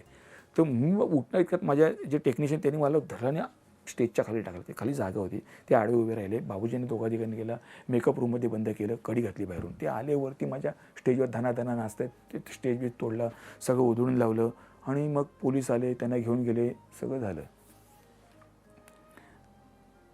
त्याच्यानंतर त्यांचे वाद सुरू झाले. नाही तुम्ही नाव बदला, पती माझे छत्रपती तुम्ही करू नका. छत्रपती म्हणजे हो म्हटलं, छत्रपती म्हणजे ज्यांचं छत्र आहे तो छत्रपती, ते छत्रपती. आणि त्या घरावर, त्या घराच्या जो कर्ता पुरुष आहे त्याचं छत्र आहे ते. बरं तो कुठे व्यसनी नाही आहे, तो कुठे आगळपगळ वाईट काही बोलत नाही आहे, तुला कुठे छंदिष्ट नाही, काही नाही दाखवलं आहे. तो त्या घराला सांभाळतो आहे. जसं छत्रपतीने अख्खं स्वराज्य सांभाळलं, आपल्या राज्याला सांभाळलं, महाराष्ट्राला सांभाळलं, देशाला सांभाळलं, तसं ते सांभाळ. तेच फक्त मी केलं. तुम्ही नाटक तर बघा म्हटलं, त्यांनी तुम्हाला जे खटकेल ते सांगा, आपण ते बदलूया. माझा अट्टाच नाही की हे असंच होणार. नाही नाही नाही, तुम्ही नाटक बदला, नाही तुम्ही नाटक बदला, नाव बदला, नाटक नाही बघायचं, नाव बदला. आणि मग पोलिसांची व्हॅन खाली उभी राहायची, प्रत्येक प्रेक्षकाला तपासलं जायचं. मग पाण्याच्या बॉटल काढून ठेव, त्यांची औषधं काढून ठेवायची पोलीसवाले. खूप त्रास झाला. मग बाबूजीने म्हटलं, बाबूजी आपण नको असं करूया, प्रेक्षकांना आपण खूप त्रास देतोय. म्हटलं बरं ठीक आहे, चल आपण मान्य करू. पण बाबूजी पण हट्टाला भेटले होते. नाही पण आम्हाला आम्ही काही चुकीचं केलं नाही. मग त्यात समोरून फोन आला, मग तुम्ही छत्रपती तरी करा. मग आम्ही एक ते छत्रच्या बाजूला एक पेनाची रेष आणि वरती वेलांटी छत्रपती केलं आणि नाटक केलं. त्याच लोकांनी काही दिवसांनी मला बोलवलं, मला शाल श्रीफळ दिली त्यांच्या समाजाचा वगैरे वगैरे. तिथे पण खूप बोललो. म्हटलं तुम्ही आज माझं हे करताय, काय म्हणतात ना, हां, पण तिथे त्याचा विचार तेव्हा करायला पाहिजे होता ना, ही कोणाची हिंमत आहे ह्या महाराष्ट्रात छत्रपतीबद्दल बोलायची. तुम्ही नाटक बोललं असताना जर केलं असत ना तर मला सगळं मान्य होतं. पण असं प्लीज करू नका. कारण ज्यांना तुम्ही पाठवतो उधळायला ते पण आपल्या समाजाचे असतात, म्हणजे आपल्या आजूबाजूच आपल्यापैकीच मुलं असतात, त्यांच्यावर केसेस होतात. ते बाबूजींकडून एक शिकलो. बाबूजींनी केस नाही केली कोणावर, त्या मुलांवर. ते बोलले नाही नाही, आपल्यापैकीच मुलं आहेत, म्हणजे कुठल्याही समाजाची असू देत, आपलीच मुलं आहेत, तरुण मुलं आहेत, केस झाले तर त्यांच्या फ्युचरची वाट लागेल, आपण ते नको करूया. तर ह्या गोष्टींना मला ते प्रगल्भ करत गेले, शिकवत गेले. त्यामुळे कुठेही इतकी वाद झाले ना, मी कधी कंप्लेंट नाही केलं कोणाची, कधीच तक्रार केली नाही कोणाची. म्हणजे कोणाच्या फ्युचर, कारण ते वय असतं. कारण मी पण ना एका वयात झेंडे घेतलेले आहेत, पोस्टर लावलेले आहेत, मिरवणुकीत जय जय केलेलं आहे सगळं. पण एक आहे, ह्या पार्टीचा प्रचार करताना त्या पार्टी जाऊन खाल्लेलं आहे, हे पण केलेलं आहे. त्यामुळे मी त्या मुलामध्ये ती मजा असते, म्हणजे तिची मजा घ्यायला पाहिजे ॲक्च्युली. त्या तारुण्याची, त्या वयाची, त्या सिच्युएशनची, इलेक्शनची ती मजा घ्यायला पाहिजे. आज काय झालं, ह्याचं डोकं फोड, त्याचं डोकं फोड, दुश्मनी करतात. तर तसं करू नका. ही गोष्ट मी शिकलो की असं कट्टर आणि अंध व्हायचं नाही, ह्यातून पण काही गोष्टी शिकायच्या आणि स्वतःला मॅच्युअर करत पुढे जा. दादा, समृद्ध करणाऱ्या गप्पा होत्या. सोनं जसं तावून सुलाखून चमकतं तसं तुझं आयुष्य चमकलंय. इतके अनुभव आहे तुझ्या गाठीशी पाठीशी. आणि म्हणूनच आज अभिमानाने लोक म्हणतात की संतोष पवार नाही, सबकुछ संतोष पवार. कारण की तू लिहितोस, दिग्दर्शन करतोस, बॅकस्टेज करतो, जिथे जिथे जिथे कमी तिथे आम्ही, अशा तत्वावर तू आज काय तुझं आयुष्य जगलेलं आहेस आणि नाटकाला भरभरून दिलेलं आहे. रंगभूमीवरचा तुझा प्रवास सगळ्यांनाच थक्क करणारा सुद्धा आहे आणि प्रेरणा देणारा सुद्धा आहे. खूप खूप आभार. वेळात वेळ काढून राजश्री मराठीमध्ये आलात आणि तुझी गोष्ट तू आम्हाला सांगितलीस. दादा खूप खूप धन्यवाद. थँक्यू व्हेरी मच की या निमित्ताने माझ्या काही गोष्टी तुमच्याशी शेअर करता आल्या, प्रेक्षकांशी शेअर करता आल्या. Thank you very much. थँक्यू दादा.